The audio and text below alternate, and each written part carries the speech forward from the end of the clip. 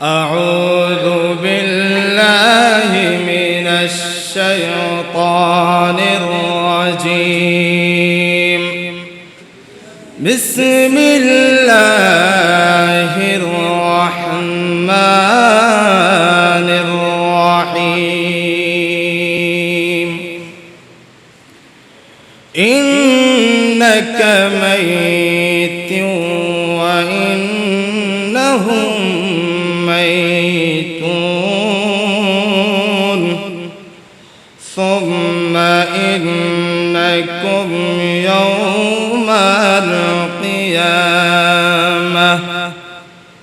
يوم القيامة عند ربكم تختصمون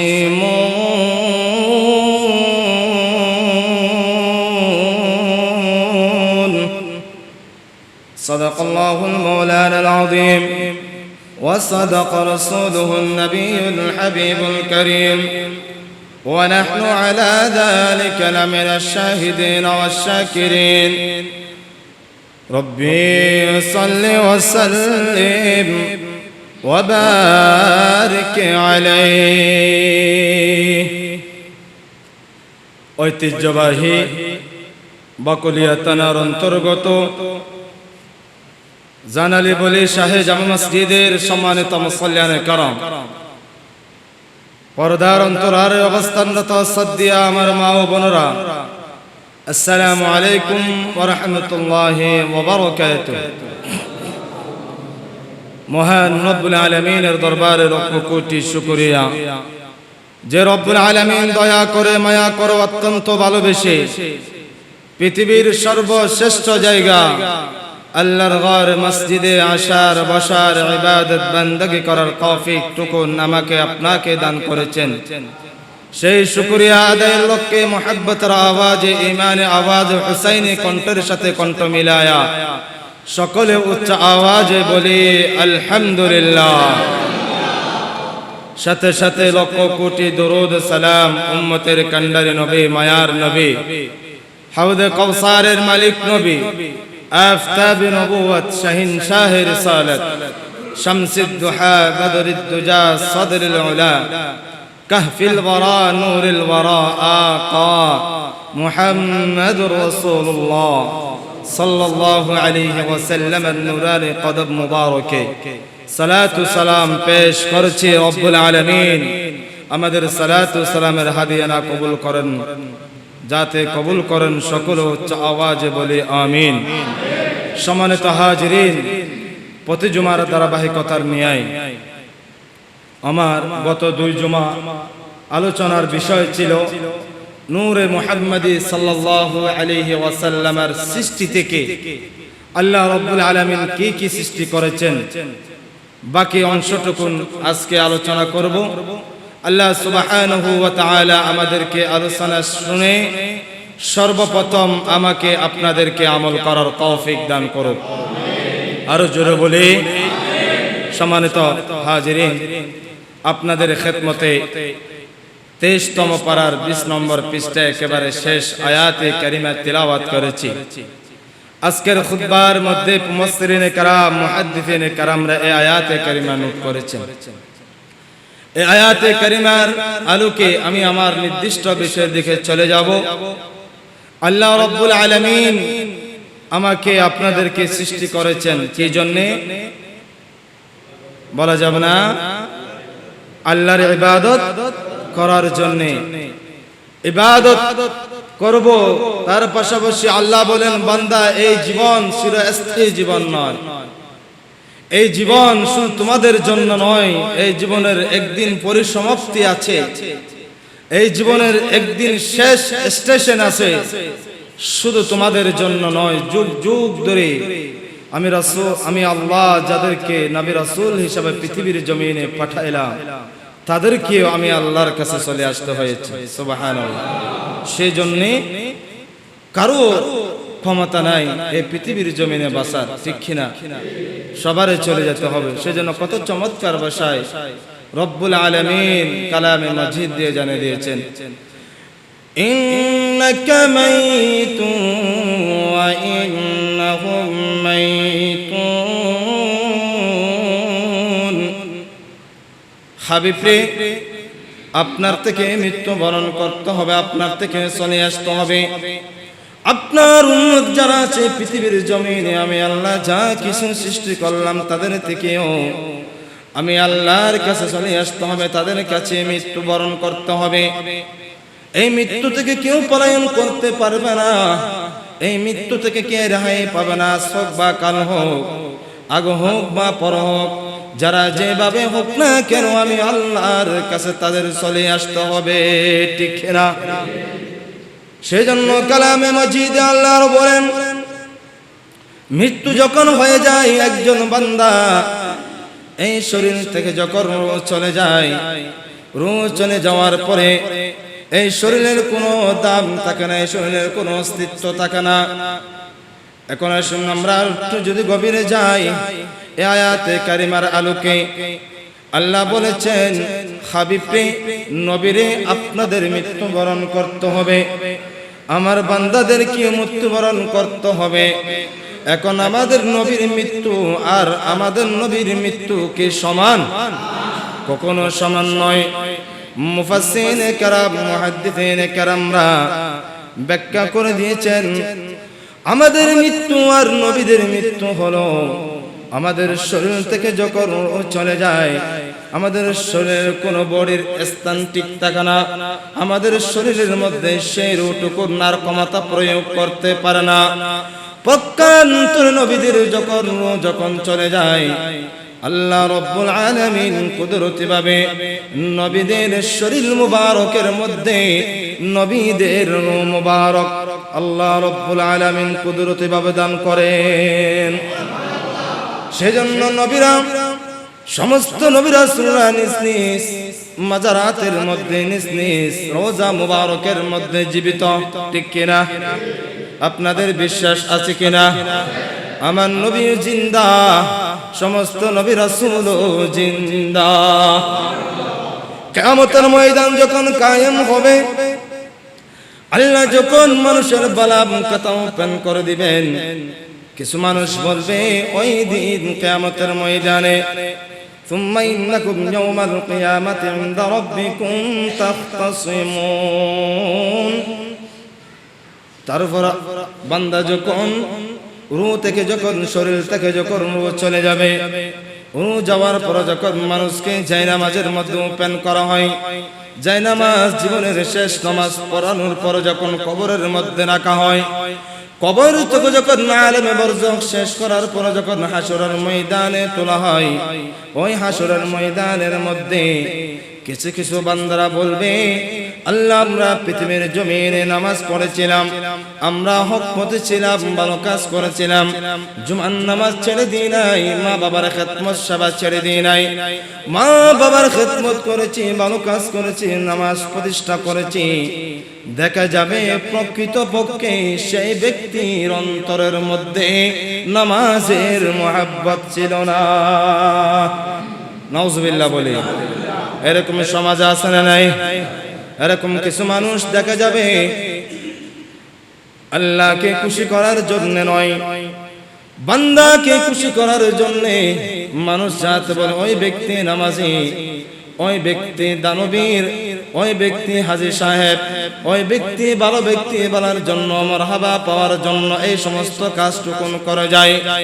ও অথচ তাদের নিয়তের মধ্যে আল্লাহকে পাওয়ার কোনো ইচ্ছা নাই, ঠিক কিনা? এরকম কিছু ব্যক্তি দেখবেন সমাজের মধ্যে। এই সমস্ত ব্যক্তিরা যখন কিয়ামতের ময়দানে আল্লাহর দরবারে বলবে, ইনদা রাব্বিকুম তাখতাসিমুন, আল্লাহ রব্বুল আলামিনের সাথে তর্ক করতে থাকবে। আল্লাহ আমরা নামাজ পড়েছিলাম, হজ করেছিলাম, যাকাত দিয়েছিলাম, মা বাবার খেদমত করেছিলাম, গরিব মিসকিন অসহায়দের খেদমত করেছি। আল্লাহ এভাবে করে যখন আল্লাহর কাছে আবেদন করবে, আল্লাহর সাথে সাথে কুদরতি জবানে এলান দিবেন, ও আমার কিরামান কাতিবিন, আমি আল্লাহ যে আমার বান্দাদের কাঁধের মধ্যে দুইজন ফেরেশতা দুইজন সিসি ক্যামেরা লাগাই দিয়েছিলাম, তোমরা তাদের বালান খাতাগুলো ওপেন করে দাও।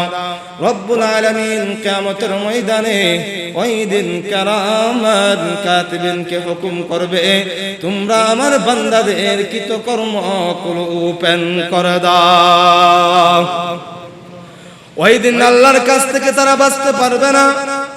পৃথিবীতে টাকা দিয়ে, ক্ষমতা দিয়ে, দৌলত দিয়ে, নিজের শরীরের ক্ষমতা দিয়ে মানুষকে অবহেলা করেছেন, মানুষের উপর নির্যাতন করেছেন, মানুষকে অ্যাবাউট করে চলেছেন, মানুষের কাছে নিজেকে অহংকার দাবি করেছেন, তাকাব্বুরি করেছেন। ওই সমস্ত ব্যক্তিরা কিয়ামতের ময়দানে আল্লাহর দরবারে আটকে যাবে, ঠিক কিনা? তাহলে দেখা যাচ্ছে আমাদের হায়াতের জীবন ক্ষণস্থায়ী জীবন, এই জীবন থেকে আমাদের কবরে চলে যেতে হবে। কবর থেকে যখন আমরা হাসরের ময়দানে উঠব, হাসরের ময়দান আমাদের আমলনামা তখন, যাদের আমলনামা, যাদের ভালো কাজ তখন আল্লাহর দরবারে কবুল হয়েছে, ওই সমস্ত ব্যক্তির আমলনামা তখন তাদের ডান হাতে আল্লাহ দান করবেন। এই আয়াতে কারিমার আলোকে যেহেতু রব্বুল আলামিন বলেছেন কিয়ামতের ময়দানে বান্দার আমলনামা যখন যাদের আমল কবুল হয়েছে তাদের আমল টুকুন তাদের ডান হাতে দান করবে, আর যাদের আমল কবুল হয় নাই আল্লাহর দরবারে তাদের আমল টুকুন তাদের বাম হাতে দান করবে। যারা বাম হাতের অধিকারী হবে তাদের স্থান হবে জাহান্নামে, আর যারা জান্নাতের আমলের অধিকারী হবে তাদের স্থান হবে জান্নাতে। প্রিয় ভাইরা, বলতে চাইছিলাম আলোচনার বিষয় হলো নূরে মুহাম্মদ সাল্লাল্লাহু আলাইহি ওয়াসাল্লাম থেকে রব্বুল আলামিন কি কি সৃষ্টি করলেন। আসমান নিচে জমিনের উপরে আল্লাহ কুদরতি ভাবে 18,000 মখলুকাত সৃষ্টি করলেন। এই 18,000 মখলুকাত আল্লাহ কিভাবে সৃষ্টি করলেন, কেন সৃষ্টি করলেন, এই বিষয় সম্পর্কে আমরা জানবো। রাসূলুল্লাহ সাল্লাল্লাহু আলাইহি ওয়াসাল্লামের নূরে মুবারাকা থেকে রব্বুল আলামিন কি সৃষ্টি করেছেন। দাকায়েকুল হাকায়েক ইমাম ফখরুদ্দিন রাজি রাহমাতুল্লাহি আলাইহি তার কিতাবের মধ্যে নোট করেছেন, সুম্মা খালাকা নূরাল আমবিয়াই মিন নূরি মুহাম্মাদিন সাল্লাল্লাহু আলাইহি ওয়াসাল্লাম। আল্লাহর নবীর নূর মুবারক যখন রব্বুল আলামিন সৃষ্টি করলেন, তারপর সমস্ত আম্বিয়াগণের নূরকে রব্বুল আলামিন সৃষ্টি করেছেন। রাসূলুল্লাহ সাল্লাল্লাহু আলাইহি ওয়াসাল্লাম নূর মুবারক থেকে, আল্লাহর প্যারা রাসূলের নূর মুবারক থেকে সমস্ত নবী রাসূলের নূরকে আল্লাহ সৃষ্টি করেছেন। সুবহানাল্লাহ বলেন না? তাহলে আল্লাহর নবীর নূর দামি কিনা? আল্লাহর নবীর নূরের তস্করা দরকার আছে না নাই? আর একটু সামনে অগ্রসর হই। সুম্মা নাযারা ইলা যালিকার নূর, আল্লাহ যখন আল্লাহর নবীর নূর মুবারক থেকে সমস্ত নবী রাসূলদেরকে সৃষ্টি করলেন, আবার ওই নূরের দিকে রব্বুল আলামিন দৃষ্টি দিলেন। সুবহানাল্লাহ। দৃষ্টি দেওয়ার পরে ফাখালাকা আরওয়াহাহুম, তাহাদের রূহ সমূহ সৃষ্টি করেন। কাদের রূহ সমূহ? নবী রাসূলের সমস্ত রূহ টুকুন আল্লাহর প্যারা রাসূলের নূর থেকে সৃষ্টি করেছেন। ফাকালু, রূহ সৃষ্টি করার পরে সমস্ত নবী রাসূলরা এক বাক্যে তাদের নবুয়তের জবানে এলান করতে লাগলেন। কেমন এলান? পৃথিবীর কোনো বাক্য নয়, রাজা বাদশার কোনো প্রশংসা নয়, নিজের পারিবারিক প্রশংসা নয়, রাষ্ট্রীয় প্রশংসা নয়, সামাজিক প্রশংসা নয়। কেমন প্রশংসা করেছেন? দাকায়েকুল হাকায়েক কিতাবের মধ্যে ইমাম ফখরুদ্দিন রাজি রাহমাতুল্লাহি আলাইহি এক ঘটনাটুকু নোট করেছেন। সমস্ত নবীর রূহ যখন সৃষ্টি করলেন, সৃষ্টি করার পর ওই রূহ থেকে এমন ভাবে জবান বাহির হলো, একটি শব্দ বাহির হলো। কি শব্দ? কি শব্দ? দেখেন, মানুষ যখন, একজন ব্যক্তি যখন ইহুদি নাসারা থেকে যখন মুসলমান হতে হয়, মুসলমান হতে হলে সর্বপ্রথম কি পড়া দরকার? কি পড়তে হয়? কলমা পড়তে হয় কিনা? দেখেন কত চমৎকার বিষয়। আল্লাহ নবীর নূর মুবারক থেকে যখন সমস্ত নবীর রূহদেরকে সৃষ্টি করলেন, আল্লাহ হুকুম দিলেন, ও আমার নবী পাকের নূররা, তোমাদের জবান দিয়ে লা ইলাহা ইল্লাল্লাহু মুহাম্মাদুর রাসূলুল্লাহ, সুবহানাল্লাহ বলেন না? তাহলে দেখা যাচ্ছে আল্লাহর নবী সমস্ত কুল কায়নাত সৃষ্টি করার 50,000 বছর পূর্বে আমার আল্লাহর জাত পাকের নূর থেকে আল্লাহর নবীর নূর পাককে সৃষ্টি করে আর আজিমের মধ্যে দুলহা বানায় রেখেছেন। সুবহানাল্লাহ। সেজন্য আল্লাহ যদি আল্লাহ নবীকে সৃষ্টি না করতেন তাহলে আল্লাহ কখনো বলতেন না অন্যান্য নবী রাসূলদেরকে কলমা শরীফ তিলাওয়াত করতে, ঠিক কি না? তাহলে এই ঘটনা থেকে স্পষ্ট ক্লিয়ার হয়ে গেল আল্লাহর নবী হলেন সৃষ্টির সারা জীব। সর্বপ্রথম আল্লাহ আমার নবী পাকের নূর মুবারক সৃষ্টি করেছেন, কিন্তু পৃথিবীর জমিনে পাঠাইলেন সর্বশেষ। সুবহানাল্লাহ। এইভাবে যখন সমস্ত রূহরা আল্লাহর নবীর উপর কলমা শরীফ পড়তে লাগলেন, আল্লাহ ছাড়া কোনো ইলাহ নাই, মুহাম্মদ সাল্লাল্লাহু আলাইহি ওয়াসাল্লাম আল্লাহর প্রিয় রাসূল। তারপর আর একটু সামনে যাই, সুম্মা খালাকা কিনদিলান মিন আকিকিল আহমারি, এরপর লাল বর্ণের নিখুঁত আকিক পাথরের এক কানা লাইট তৈরি করেন।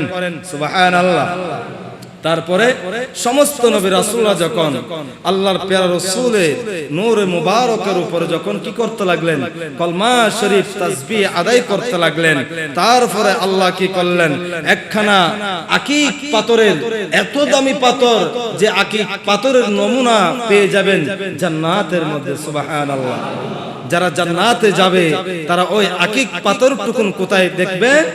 জান্নাতের মধ্যে সমস্ত শিরায় শিরায় এবং দেওয়ালে দেওয়ালের মধ্যে আকিক পাথরে খোদায় খোদায় লেখা থাকবে জান্নাতে। সুবহানাল্লাহ।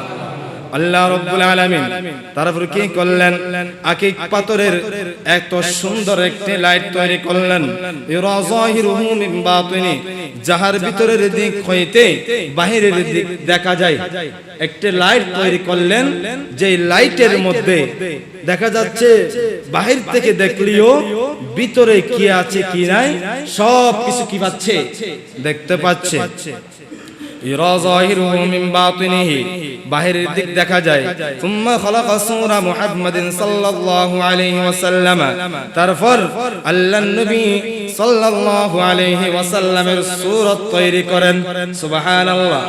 এতক্ষণ পর্যন্ত নূর মুবারক তৈরি করেছেন, নূর মুবারক থেকে সমস্ত নবী রাসূলদেরকে সৃষ্টি করলেন। নবী রাসূলদেরকে সৃষ্টি করার পরে আল্লাহ রাব্বুল আলামিন তাসবিহ শিখিয়ে দিয়েছেন।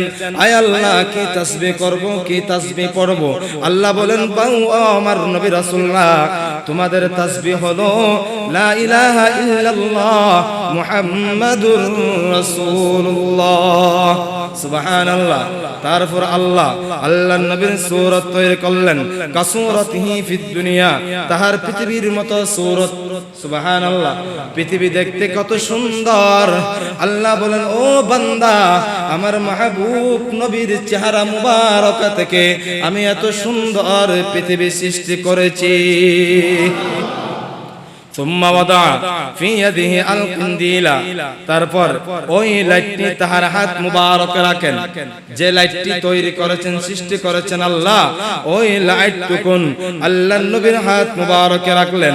রাখার পরে ওয়া আকামাহু কাকিয়ামিহি ফিস সালাতি, এবং ওই লাইটটি নামাজের কিয়ামের মতো দণ্ডায়মান করান।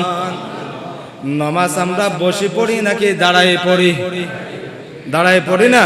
আল্লাহর নবী বলেন, উম্মত তোমার নবী পাকের যখন সূরত সৃষ্টি করলেন, লাইট সৃষ্টি করলেন, ওই লাইটের আকৃতি কোনো বাঁকা ছিল না, অন্যান্য সূরতের মতো ছিল না।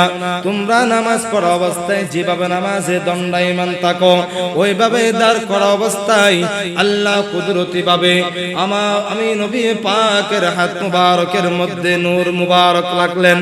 সুবহানাল্লাহ। কিসের মতো? নামাজে যেভাবে দাঁড়াই এইভাবে করে আল্লাহর নবীর হাত মুবারকে দিলেন। থুম্মা তাফাল আরওয়াহু হাওলা সূরাতি মুহাম্মাদিন সাল্লাল্লাহু আলাইহি ওয়াসাল্লাম, পরে সমস্ত রূহ জগৎ হযরত মুহাম্মদ মুস্তাফা সাল্লাল্লাহু আলাইহি ওয়াসাল্লামের সূরত আকৃতি মুবারকের চতুর্দিকের উপর ঘুরতে লাগলেন।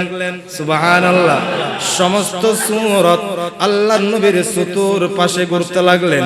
ঘুরতে ঘুরতে এখন আল্লাহর নবী আরো ঘোষণা দিলেন, ওয়াসাব্বাহু ওয়া হাল্লালু বিমিকদারি মিয়াতি আলফি সানাতিন। ওই যখন সূরত তখন আল্লাহর নবীর চতুর পাশে ঘুরতে লাগলেন। ঘুরতে ঘুরতে তাদের জবানে একটি জারি ছিল, লা ইলাহা ইল্লাল্লাহ, লা ইলাহা ইল্লাল্লাহ। এইভাবে জিকির করতে করতে 1 বছর নয়, 2 বছর নয়, 3 বছর নয়, এক লাগাতার 1 লক্ষ বছর পর্যন্ত আল্লাহর নবীর সূরতের পাশে পাশে সমস্ত নবী রাসূলের সূরত টুকুন জিকির করেছে। সুম্মা আমারাল আরওয়াহা লিয়ানজুরু ইলাইহা কুল্লুহুম।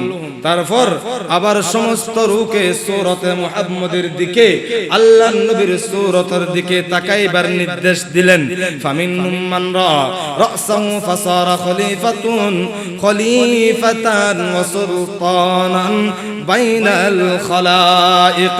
তারপর যারা আল্লাহর নবীর মাথা মুবারক দেখিলেন, ওই যে সমস্ত রূহরা যখন আল্লাহর নবীর চতুর পাশে ঘুরতে লাগলেন, ওইখানে আল্লাহর নবীর সমস্ত আমোদ মস্তক তারা দেখতে পেলেন।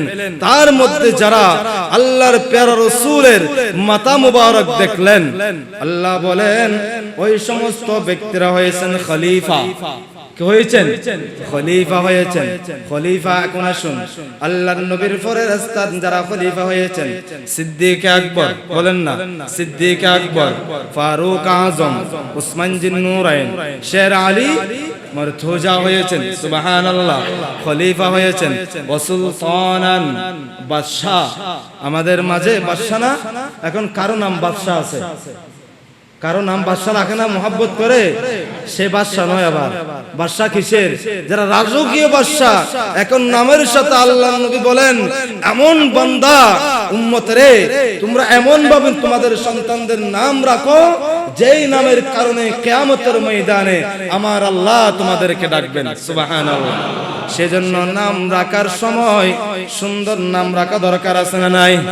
এখন তো মুসলমান সন্তান যখন ভূমিষ্ঠ হলো, আমরা রাখি মিন্টু, সিন্টু, এরকম আছে না নাই? এখন রাখে রাহুল, এরকম আছে না নাই?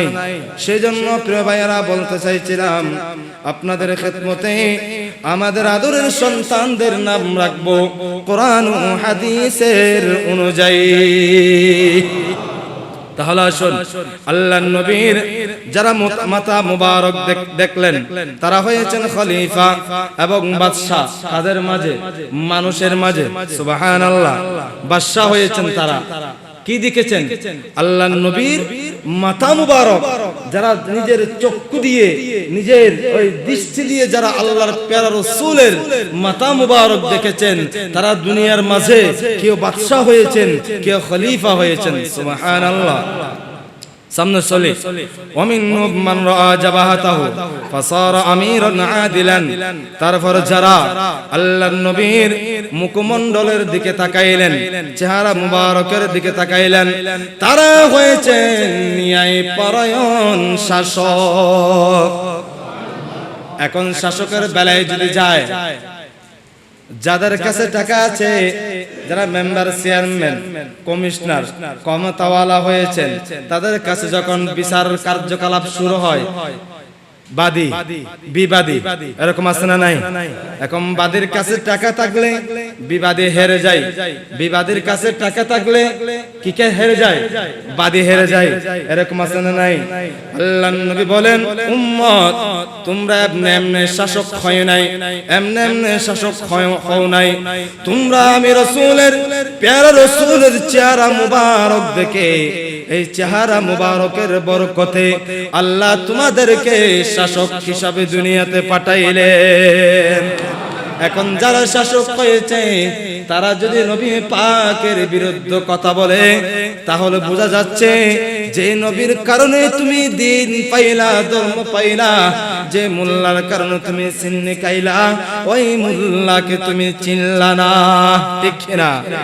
রাসূল পাকের কারণে তুমি শাসক হইলা, রাসূল পাকের কারণে সমাজের নেতা হইলা, রাসূল পাকের কারণে তুমি বাদশা হইলা, রাসূল পাকের কারণে তুমি খলিফা হইলা। রাসূল পাকের গুণগান না গেয়ে তুমি দুনিয়ার নেতার গুণগান গেয়ে যাচ্ছ। উম্মতেরে, দুনিয়ার নেতার পিছনে যেভাবে তুমি হেলাই দুলাই দিন কাটাচ্ছ, কবর যখন রাখা হবে ওই কবরের মধ্যে তোমার নেতার নাম নেওয়া হবে না, দুনিয়ার কোন রাজা বাদশার নাম নেওয়া হবে না। ইয়া রাসূলুল্লাহ, কার নাম নেওয়া হবে? কার নাম নেওয়া হবে? কার মিল্লাতের উপর আমাদেরকে দাফন করা হবে? আল্লাহর নবী বলেন, বিসমিল্লাহি ওয়া আলা মিল্লাতি রাসূলিল্লাহ। আরো জোরে বলি না? তাহলে আমাকে আপনাদেরকে কবরে রাখার সময় কার নাম ধরে রাখা হবে? আল্লাহর প্যারা রাসূলের নাম মুবারক নিয়ে আমাকে আপনাদেরকে কবরে দাফন করা হবে। তাহলে এই নবীর গুণগান গাওয়া দরকার আছে না নাই? এই নবীর সালাহানি গাওয়া দরকার আছে না নাই? কেউ যদি বলে এই নবীর বিরোধিতা করে, আল্লাহ বলেন, বান্দারে আমি যত কিছু সৃষ্টি করলাম সমস্ত সৃষ্টি যদি আমার মাহবুব নবীর যদি শান ও মান নাও গায়, কোনো অসুবিধা নাই। আমি আল্লাহ কুদরতি জবানে ওয়া রাফা'না লাকা যিকরাক, সুবহানাল্লাহ, আমি আল্লাহ আমার নবীর শান ও মান বর্ণনা করে দিয়েছি। তাহলে যারা আল্লাহর প্যারা রাসূলের চেহারা মুবারক দেখেছেন তারা হয়েছেন কি? শাসক। নিসবত কোন কার স্থান থেকে এসেছে? আল্লাহর প্যারা রাসূলের চেহারা মুবারকের নিসবতের কারণে এসেছে।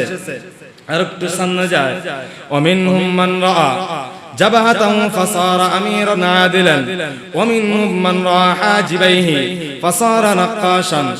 আর যারা আল্লাহর প্যারা রাসূলের চক্ষু মুবারকের ভ্রু ফলকের দিকে তাকাইলেন, তারা হয়েছেন নকশা অঙ্কনকারী। নকশা অঙ্কন করে না?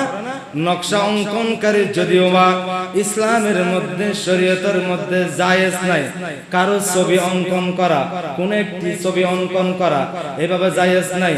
অথচ দেখেন আল্লাহর নবীর ওই যে চক্ষু মুবারক যারা দেখেছেন তারা, তাদের থেকে আল্লাহ রাব্বুল আলামিন আল্লাহর প্যারা রাসূলের চক্ষু মুবারকের বরকতে তাদেরকে এই ক্ষমতাটুকু আল্লাহ দান করেছেন। ومنهم من رأى أذنيه فصار مستمعا ومقبلا।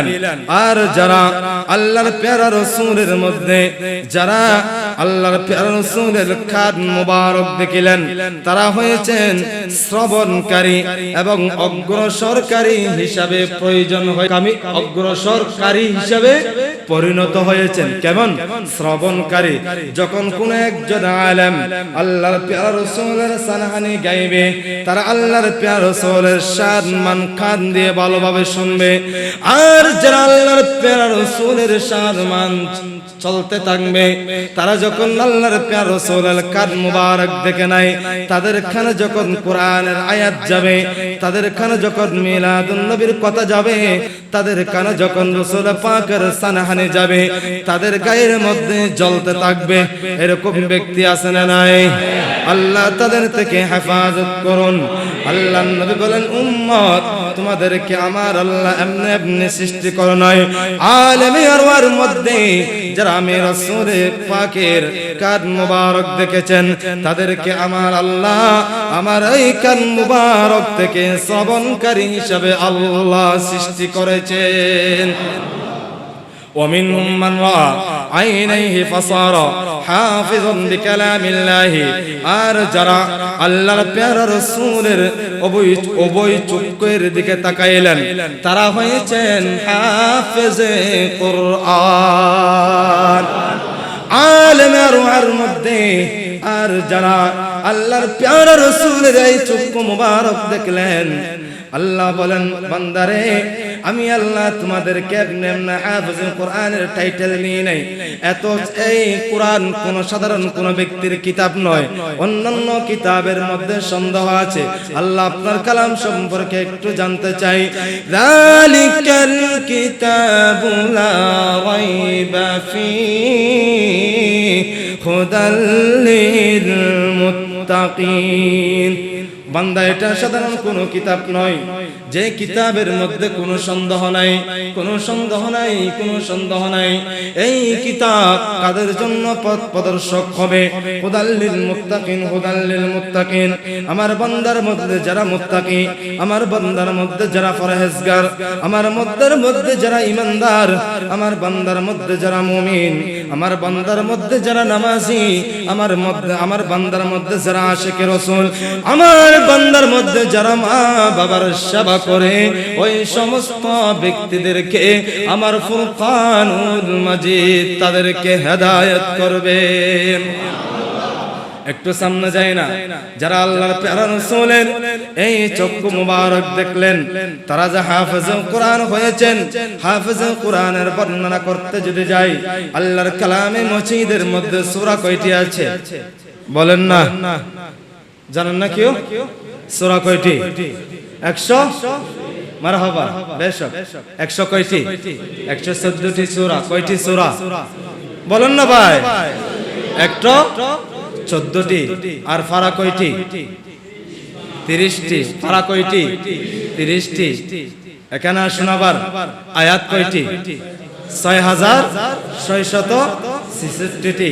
এখন দেখেন, বাংলার জমিনে দুনিয়াবি জগতে কোন একটি বই পুস্তক যদি আমরা কোন একটি কবিতা যদি মুখস্থ করি, দিনের উপর দিন শিকার পরে 2 দিন বা 3 দিন পরে চলে যায়।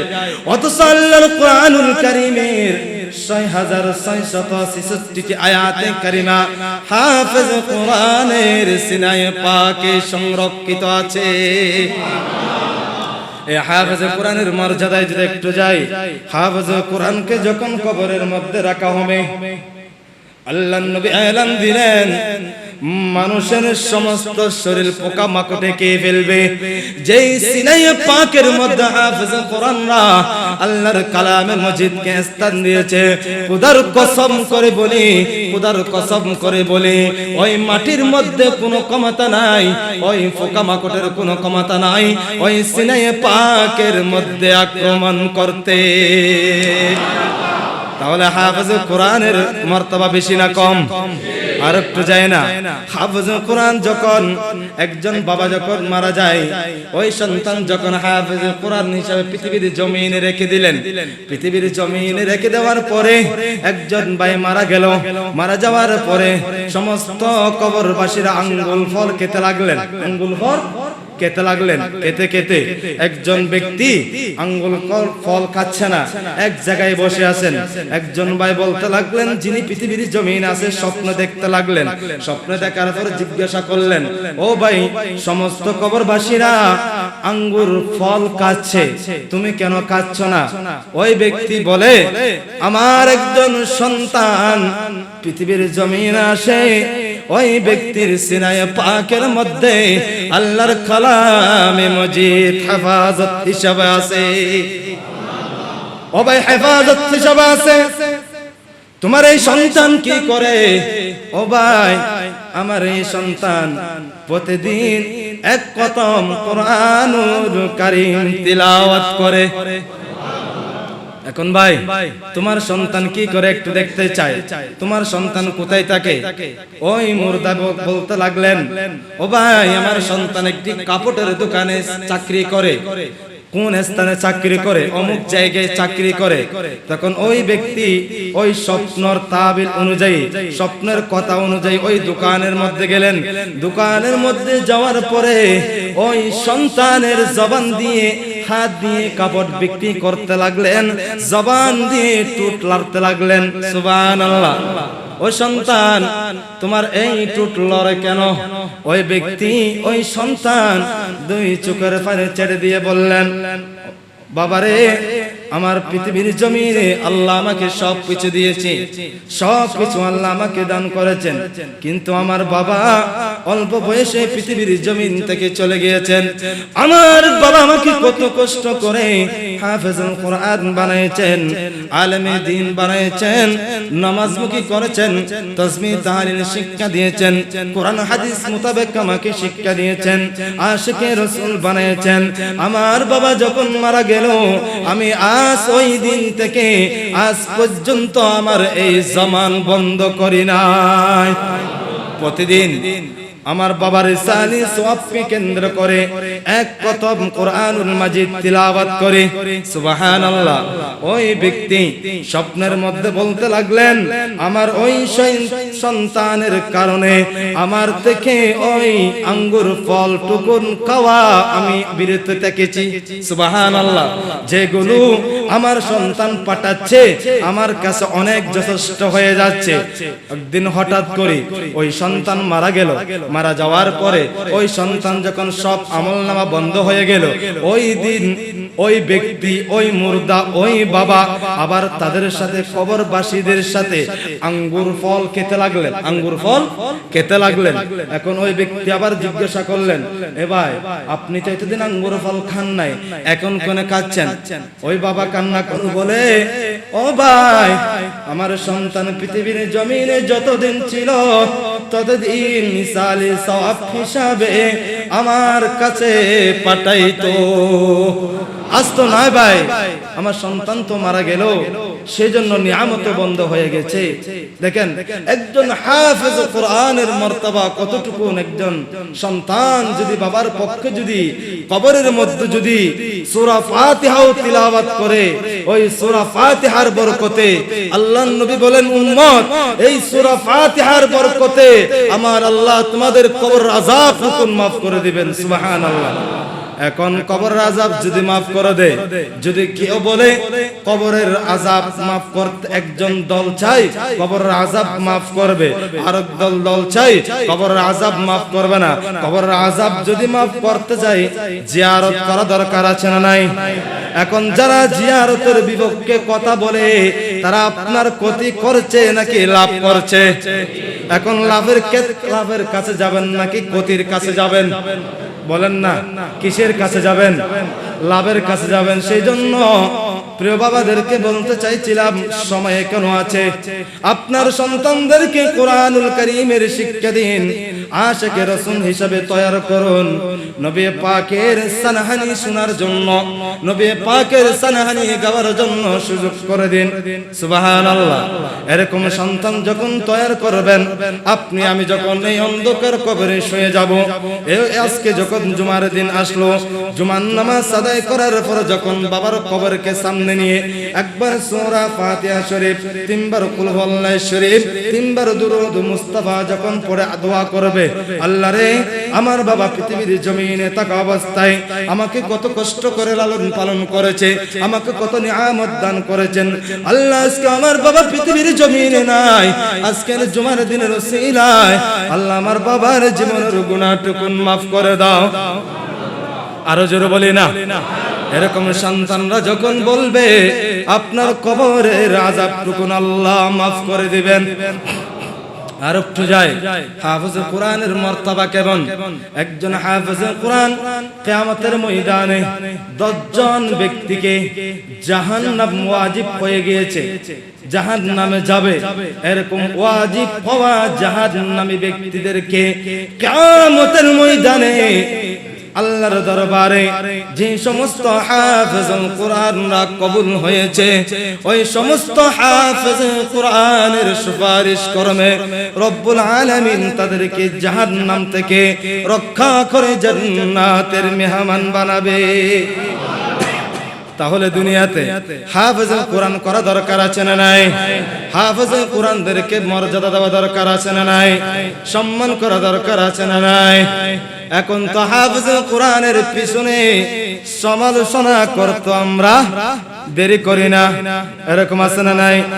আল্লাহর ওয়াস্তে ভাই বলবো, আমার এই জবানকে নষ্ট করবেন না, আপনার হাতকে নষ্ট করবেন না। আমাকে যদি ভালো না লাগে বিদায় করে দেন, ইমামকে যদি ভালো না লাগে বিদায় করে দেন, মুয়াজ্জিনকে যদি ভালো না লাগে বিদায় করে দেন, খাদেমকে যদি ভালো না লাগে বিদায় করে দেন। আল্লাহর ওয়াস্তে, আল্লাহর ওয়াস্তে সমালোচনাতে যাবেন না। সমালোচনা করবেন যে ইমামের পিছনে, যে খতিবের পিছনে ইক্তাদাইতু বিহাযাল ইমাম করলেন, ইক্তাদাইতু বিহাযাল ইমাম বললেন, ওই ইমামের পিছনে ইক্তাদা করলেন, নামাজ আদায় করলেন। নামাজ আদায় করার পরে যখন মাঠে গেলেন, মাঠে যাওয়ার পরে ওই ইমাম কেরাত লম্বা করেছে, আবার ছোট করেছে, নামাজ এত সুন্দর হয় নাই, নামাজ পড়াইতে জানা নাই, এইভাবে যখন সমালোচনা করবেন, আপনার নামাজ হয় নাই, আপনার নামাজ হয় নাই। সেই জন্য প্রিয় ভাইয়েরা বলতে চাইছিলাম, ইমামকে যদি ভালো না লাগে, সমাজের মুরব্বীরা বসেন, আহ্বায়ক কমিটিরা বসেন, গুরুত্বপূর্ণ ব্যক্তিরা বসেন, বসার পরে সিদ্ধান্ত নেন, এই ইমামের পেছনে আমাদের নামাজ পড়া সন্তুষ্ট হচ্ছে না, উনাকে বিদায় করলে মনে হয় ভালো হবে। উনার ইজ্জত উনার কাছে, আপনার ইজ্জত আপনার কাছে। সেজন্য প্রিয় ভাইয়েরা, এই মেসেজটুকু কেন দিচ্ছি? এই জন্য দিচ্ছি, শুধু আপনাদেরকে জাহান্নাম থেকে রক্ষা করার জন্য। সুবহানাল্লাহ বলেন না? সূরা তাহরিম শরীফে যদি একটু নজর দেই, 28তম পারা 19 নম্বর পৃষ্ঠায় আল্লাহ রাব্বুল আলামিন কত চমৎকার ভাষায় বলেন, ইয়া আইয়ুহাল্লাযীনা আমানু কু আনফুসাকুম ওয়া আহলিকুম নারা। সুবহানাল্লাহ। ইয়া আইয়ুহাল্লাযীনা আমানু, ও হে ঈমানদারগণ, কু আনফুসাকুম, তোমরা নিজেরা বাঁচো, তোমরা নিজেদেরকে রক্ষা করো। আল্লাহ কোন স্থান থেকে আমরা নিজেরা বাঁচবো? আমার তো সন্তান আছে, আমার মা আছে, আমার বাবা আছে, আমার সমাজ আছে, আমার রাষ্ট্র আছে, আমার পরিবার আছে, সব কিছু আছে, তাদেরকে কে বাঁচাবে? ও আহলিকুম নার, ও আহলিকুম নার। আল্লাহ বলেন, বান্দারে তুমিও নামাজ পড়ো, তুমিও জাহান্নাম আগুন থেকে তুমিও বাঁচাও, এবং তোমার পরিবার পরিজনকে তুমি বাঁচাও। ও আহলিকুম নার, জাহান্নামের আগুন থেকে তোমরা বাঁচবা, তোমার পরিবার পরিজনকে তোমরা কি করো? রক্ষা করো, তোমরা আগুন থেকে বাঁচাও, জাহান্নাম থেকে বাঁচাও। সেজন্য প্রিয় ভাইয়েরা, জাহান্নাম থেকে আমরা বাঁচতে চাই। এখন দেখা যাচ্ছে বাবা নামাজি, বাবা কি? বাবা নামাজি, সন্তান জুয়াটি, এরকম আছে না নাই? বাবা 5 ওয়াক্ত নামাজ, একেবারে এত সুন্দর করে দাড়ি তারি লেখেছে, এত সুন্দর করে পটে পাটে করে 5 ওয়াক্ত নামাজ পড়ে, অথচ মেয়েকে মার্কেটের মধ্যে লেলিয়ে দিয়েছে। আছে না নাই? সমাজ আছে না নাই? পরিবার কন্ট্রোল করতে পারে নাই, সন্তান কন্ট্রোল করতে পারে নাই। ওই ব্যক্তি মসজিদে আসার পরে ইমামের দোষ ধরে, আছে না নাই? খতিবের দোষ ধরে, নিজের পরিবারের কাছে নিজের জবানকে একটু ভালো করে কথাও বলতে পারে না। সন্তানের কাছে যদি একটু করে কথা বলে, সন্তান দেয় না। আল হক মুরুন, হক তিতা। ভাইরা, আপনারা আমার দুশমন নয়, আমি আপনাদের মেহমান, আপনারাও আমার কাছে মেহমান। কাউকে ইন্ডিকেট করে কথা বলছি না, বাস্তব জীবনের কথাটুকুন বলছি। বাবা যখন বৃদ্ধ হয়ে যায়, বাবা নামাজমুখী হয়েছে, সন্তান হয়েছে জুয়াটিমুখী, হয়েছে কিনা? সন্তানের কোনো নামাজ নাই, কোনো তালিম নাই, কোনো কোরআন নাই, কোনো হাদিস নাই, কোনো আজমা নাই, কোরআন হাদিসের কোনো জ্ঞান নাই, নেতাগিরি করে সমাজে। কি করে? নেতাগিরি করে। কয়েকটা পোলাপান পিছনে রেখেছে। কি রেখেছে? কয়েকটা পোলাপান, ওই নাকি নেতা। হায় রে বাবা রে, নেতা যখন তুমি সেজেছো, আইনামা তাকুনু ইদরিকুমুল মাউত ওয়ালাউ কুনতুম ফি বুরুজিম মুশাইয়াদা। হায় রে বাবা, নেতা সেজেছো তুমি, ওই দিন যদি কিয়ামতের ময়দান তো অনেক দূরে কায়েম হবে, এই মুহূর্তে যদি মালাকুল মউত যদি উপস্থিত হয়ে যায়, তোমার নেতা যাব কোথায়? ঠিক কি না? সেই জন্য নেতাগিরি বাদ দিয়ে নামাজমুখী হও। ও যুবক সমাজ, ও যুব সমাজ, আল্লাহকে ভয় করো, আল্লাহকে ভয় করো। এই মা বাবার মতো নিয়ামত আজ পেয়েছো, কাল তোমার কাছে নাও থাকতে পারে। প্রিয় ভাইরা, সময় থাকতে দাঁতের মূল্য দিন, সময় থাকতে বাবা মাকে মূল্যায়ন করুন, সমাজকে মূল্যায়ন করুন, নামাজকে মূল্যায়ন করুন। এখন তো যুব সমাজ আছে প্যাকেজ নিয়ে, গান নিয়ে, তবলা নিয়ে। দুঃখের বিষয়, অত্র মসজিদের, অত্র সমাজের কিছু ইয়াং জেনারেশনের অবস্থা দেখে এত আনন্দ লেগেছে ভাই, খোদার কসম, এত দিল খুশি হয়েছে। আমি একজন খতিব হয়ে এত ভালো লেগেছে, ইসলামের পক্ষে তাদের জীবনটাও কুরবানি দিতে প্রস্তুত হয়ে গিয়েছে। সুবহানাল্লাহ বলেন না? দুনিয়ার জন্য নয়, রাসূল পাকের প্রেমে পড়েছেন তারা।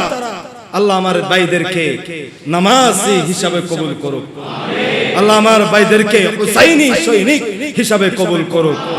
যুব সমাজ দরকার। আমার বাবারা, মুরব্বীরা যারা আছেন, তারা বৃদ্ধ হয়ে গিয়েছে, তাদের স্থান হলো এক মসজিদ। তারা রাজনীতি করার সুযোগ আর নাই, সময় নাই। সমাজে, রাষ্ট্রে, দোকানে, পাটে বড় আড্ডা দেওয়ার তাদের সময় নাই। তাদের কাজ হলো এক মসজিদ মুখী হওয়া। আর আমার যুব সমাজের কাজ হলো রাষ্ট্র পরিচালনা করবে, সমাজও পরিচালনা করবে, এখন নামাজেও নিজেকে ধন্য করবে। আরো জোরে বলি না? সেই জন্য যুব সমাজদেরকে আমার মুরব্বী বাবাদের উদ্দেশ্যে আমি বলবো, তাদেরকে নামাজি বানান, নামাজমুখী করেন। দল বল নির্বিশেষে, মসজিদে কোনো দল চাই না ভাই। কিসের দল, কিসের ক্ষমতা, কিসের আওয়ামী লীগ, বিএনপি, জামাত, হারজে, রাফেজ, এগুলো বাদ দেন। হাতে হাত মিলিয়ে, কাঁধে কাঁধ মিলিয়ে আল্লাহর আইনকে প্রতিষ্ঠা করি, কোরআনের আইনকে প্রতিষ্ঠা করি।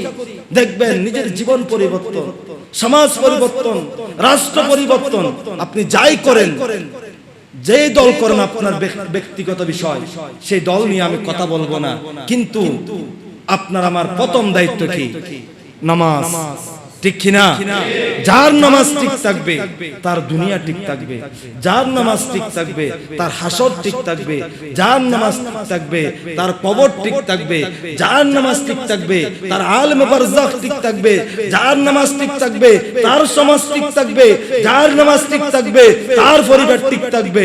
বাস্তব জীবনে একটি যদি নমুনা যায়, একজন ব্যাংকারের বেতন পায় 60-70-80 হাজার টাকা, ঠিক কিনা?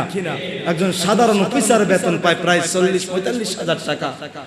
মাস শেষে দেখা যায় ওই ব্যক্তির ঘরের মধ্যে বরকত নাই, কিনা? বরকত নাই, সংসারে অশান্তি আর অশান্তি। সন্তান কথা মানে না। সন্তানকে যদি বলি, বাবা এটা একটু করো কাজ, ও তোমার কাজ তুমি করো। আর যদি বাবা যদি বেশি কথা বলে, বুড়োটা বেশি কথা বলে, ফেডের ফেডের ফেডের ফেডের করতে করতে হতে শেষ, মারিও জ্বালা, হতে হারিও জ্বালা। এরকম আছে না নাই সমাজে? এরকম বলো কিনা? আল্লাহ সমস্ত সন্তানদেরকে, আমার বাবাদেরকে হেফাজত করুক। ওই যে লক্ষ টাকা আয় করেছেন, কিন্তু পরিবারের মধ্যে শান্তি নাই, ঘরের বাসায় ঢুকার সাথে সাথে এই স্ত্রীর সাথে লেগে গেল, ঝগড়া লেগে যায়, তুমুল ঝগড়া।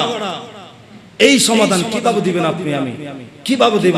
আল্লাহর নবীর জীবদ্দশায়, আল্লাহর নবীর ইতিহাস যদি আমরা পর্যালোচনা করি, একটিবার দেখা যাচ্ছে আম্মা জান মা আয়েশা, মা খদিজাতুল কুবরা, আল্লাহর প্যারা রাসূলের 4 বিবি একসাথে হয়ে গেল, এক অপরের সাথে রেগে গেলেন। গুরুত্বপূর্ণ হাদিসে পাক, সেই হাদিসের বর্ণনা এই কথাটুকুন, আল্লাহর নবী বিবিরা বাড়াবাড়ি করতে লাগলেন, না আল্লাহর নবী আল্লাহর রাসূল আমাকে বেশি ভালোবাসে। অমুক বিবি দ্বিতীয় বিবি বলতে লাগলেন, না আমাকে বেশি ভালোবাসে। আরেকজন বলতে লাগলেন, না আমাকে বেশি ভালোবাসে। এখন চারজন আল্লাহর প্যারা রাসূলের দরবারে উপস্থিত হয়ে গেলেন। ইয়া রাসূলুল্লাহ, আপনি বিবিদের মধ্যে কাকে বেশি ভালোবাসেন? সুবহানাল্লাহ বলেন না, আরো জোরে বলতে হবে। আল্লাহর নবী তখন আল্লাহর নবীর কাছে যখন প্রশ্ন করলেন, আল্লাহর নবী তৎক্ষণিক উত্তর দিলেন, ওগো আমার বিবি জানরা, তোমরা এখন নিজ নিজ স্থানের মধ্যে চলে যাও। ওই উত্তরটুকুন আমি আগামীকাল ইনশাআল্লাহ তোমাদেরকে দান করব, আমি কাকে বেশি ভালোবাসি। আল্লাহর নবী আম্মাজান মা আয়েশা হুজরা শরীফের মধ্যে গেলেন। আল্লাহর নবী বললেন, আয়েশা রে, তোমাকে আমি দুটো খেজুর দিচ্ছি। কি দিচ্ছি বলেন না ভাই? কি দিচ্ছেন? খেজুর। খেজুর, দুটি খেজুর দিচ্ছি, তুমি কাউকে বলবা না আমি তোমাকে বেশি ভালোবাসি। আমি সেজন্য গোপনে তোমাকে দুটি খেজুর দিলাম। আরেকজন বিবির কাছে গেলেন, যাওয়ার পরে, ওগো আমার বিবি, আমি তোমাকে দুটি খেজুর দিচ্ছি, তুমি কাউকে বলবা না, আমি সবচাইতে তোমাকে বেশি ভালোবাসি। সুবহানাল্লাহ বলেন না। তৃতীয় বিবির কাছে গেলেন, ওনাকেও দুটো খেজুর দান করলেন, তুমি কাউকে বলবা না, কিন্তু আমি রাসূল তোমাকে সবচাইতে বেশি ভালোবাসি। এইভাবে চতুর্থ বিবির কাছেও গেলেন, ওনাকে বললেন দুটো খেজুর দিয়ে, বিবি রে, আমি রাসূল তোমাকে বেশি ভালোবাসি, আর কাউকে বেশি ভালোবাসি না, তোমাকে সবচাইতে বেশি ভালোবাসি। এই যে খেজুর দিলাম, তুমি কাউকে বলবে না, কাউকে বলিও না। তখন আল্লাহর নবী চার বিবিকে দুটো দুটো করে 8টি খেজুর দান করলেন। দেওয়ার পরে সকালবেলা চারজন বিবি আল্লাহর প্যারা রাসূলের দরবারের মধ্যে উপস্থিত হয়ে গেলেন। ইয়া রাসূলুল্লাহ, এখন বলেন আপনি কাকে বেশি ভালোবাসেন? তখন আল্লাহর প্যারা রাসূল বললেন মুস্কি হাসি দিয়ে, বিবি রে, আমি গতকাল রাতে যাকে দুটি খেজুর দিয়েছি আমি তাকে বেশি ভালোবাসি। আরো জোরে বলি না। ওইদিকে চারজন বিবি আম্মা জানরা হাত তুলে, উনার হাতেও দুটি খেজুর, উনার হাতে দুটি খেজুর, উনার হাতে দুটো খেজুর, উনার হাতেও দুটো খেজুর। সুবহানাল্লাহ। চারজন বিবি আশ্চর্য হয়ে গেলেন, ইয়া রাসূলুল্লাহ, আপনার কথা আল্লাহ এমনি পটাই নাই, ওয়া মা আরসালনাকা ইল্লা রাহমাতাল লিল আলামিন, আল্লাহ তো এমনি বলে নাই। সুবহানাল্লাহ। এটাই হলো আমার রাসূল পাকের পারিবারিক জীবনের শিক্ষা। পারিবারিক জীবনকে, স্ত্রীদেরকে কিভাবে ভালোবাসা দিয়েছেন। এখন তো আমরা কথায় কথায় মা বোনদের উপরে রেগে যাই, কথায় কথায় বড় কথা বলি। ভাই, এদেরকে বড় কথা বলা যাবে না, এদেরকে ভালোবাসা দিয়ে আনতে হবে, এদেরকে বোঝাইতে হবে। এদের হাট একটু কি বেকা টাইপের, এদেরকে যদি বেকা থেকে সোজা করতে চান, সংসার শেষ। এখন সংসার যদি শেষ করে দেন, এখন আপনি বিবি পাবেন, উনিও স্ত্রী পাবে, মাঝখানে আপনার সন্তান অবহেলিত হয়ে যাবে, না হয় বাবা হারা, না হয় মা হারা। সেজন্য প্রিয় ভাইয়েরা বলতে চাইছিলাম, আল্লাহর প্যারা রাসূল সাল্লাল্লাহু আলাইহি ওয়াসাল্লাম সিরাত জীবনের মধ্যে, এই সিরাতুন নবী যারা বলে, এই সিরাত জীবনের আলোচনা করেন না ভাই। সিরাত আমার রাসূল পাকের পারিবারিক জীবন নিয়ে কথা বলেন, আমার রাসূল পাকের যৌবনকাল কিভাবে কাটাইছে, আজকের যুব সমাজ আমার রাসূল পাকের যৌবনকাল কিভাবে সমাজকে উপহার দিয়েছেন, এটা শিখান।